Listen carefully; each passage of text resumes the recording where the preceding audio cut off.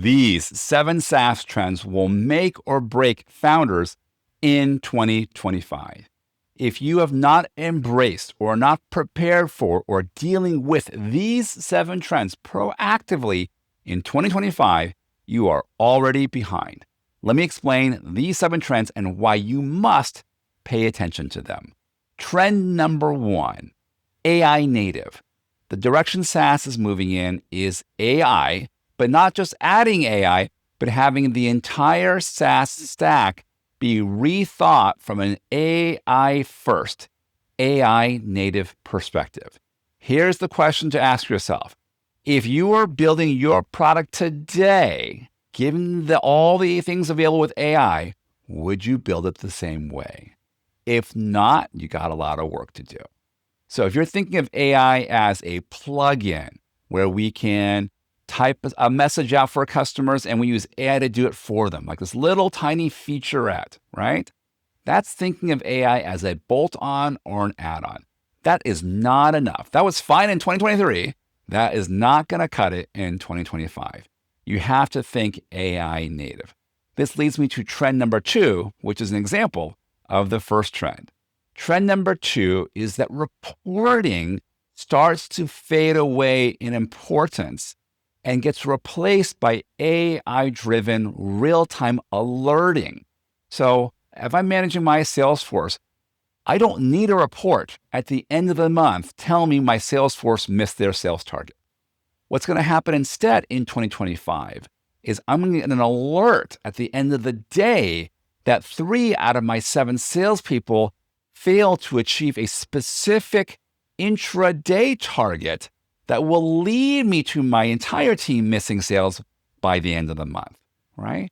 When you have AI alerting you to the critical decision points, maybe there's no need for a report because you're already doing the work and you're skipping the middle part of the actual reporting, right?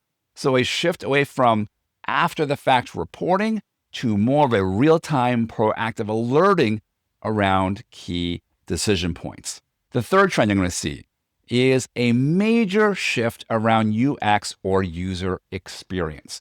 Historically, UX and UI, user experience, that's the X, and user interface, that's like the graphical design you see on the web page or the app, those were somewhat synonymous. People who design UX were also UI designers, one and the same. I think that starts to diverge in 2025 because the ideal user experience is no user interface. The best web app that's AI powered has no screen that you need to look at to get value out of the system. Because the future is, and what we're heading towards is autonomous agents or at least semi-autonomous workflows. Traditionally, if you're trying to manage a business, you would run a report, you would look at it, realize there's some number in the report around, say, your employee's performance that isn't very good. You would go do something about that, right? And then you go run a report like a week later. With AI, we can skip an awful lot of that. What if I don't have to look at the report? I've already programmed the AI to tell it if sales drops below a certain threshold by noon every single day, send an email to coach the salesperson on how to improve and CC me. So the ideal Salesforce automation system has no user interface that I need to look at every day because the results that it's the value I'm getting out of the system doesn't involve a UI.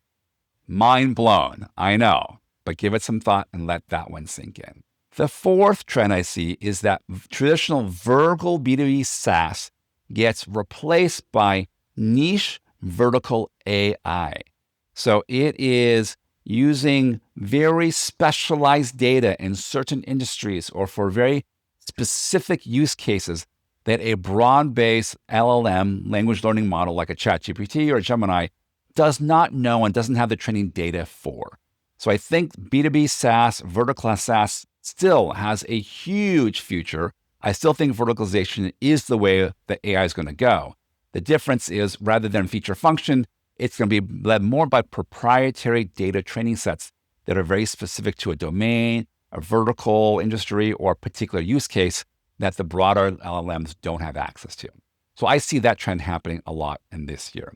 The fifth trend I think that is going to continue this year is the founder as a source of a media or as a brand, right? It is easier in the world of social media to market a personality, a person, than some corporate logo. So a founder as a media brand continues to be a viable channel in 2025 and a particularly good one for smaller companies. So demonstrating thought leadership, marketing a personality or a personal brand is easier in many cases than a corporate brand, particularly if the business is smaller. And that's what I'm doing right now. I am teaching you, I'm leading with my thoughts and ideas around trends related to SaaS.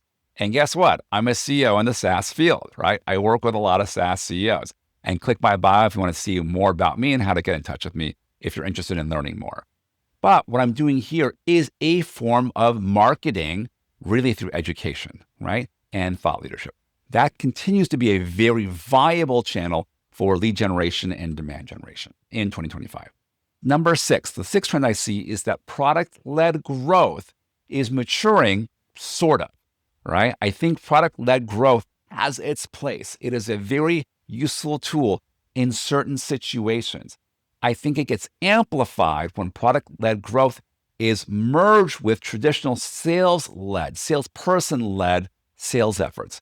So I think the hybrid of product-led growth matched with, at the appropriate time, a salesperson-led continued growth is where things are heading for 2025. The hybrid model lets each piece do what it is best at. And the 7th trend, which I think is a huge one, and I see very early signs of this, but I think it's more prominent later in 2025 and will be huge in 2026, 27, and 28. The go-to-market functions, traditionally sales and marketing, will be hiring a lot more engineers, flat out. I don't know if the term will be go-to-market engineer or RevOps engineer, but this role, whatever the final title ends up being, will be someone that knows how to sell and market, but their core skill set is engineering and programming through logic, not necessarily with writing actual code, but orchestrating AI technologies to impact and contribute and automate some, if not many, of the traditional sales and marketing activities done by traditional salespeople and marketing people, right?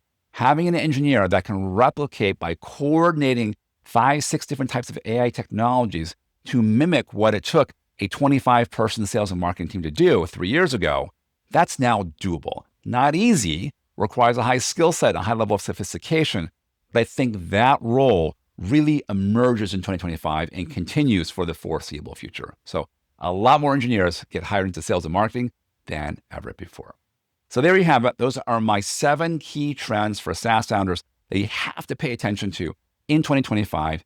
If you're not dealing with, thinking about, preparing for, or proactively managing in these 7 trend areas, you're already behind and you got to get to work. So get at it. Thanks for listening.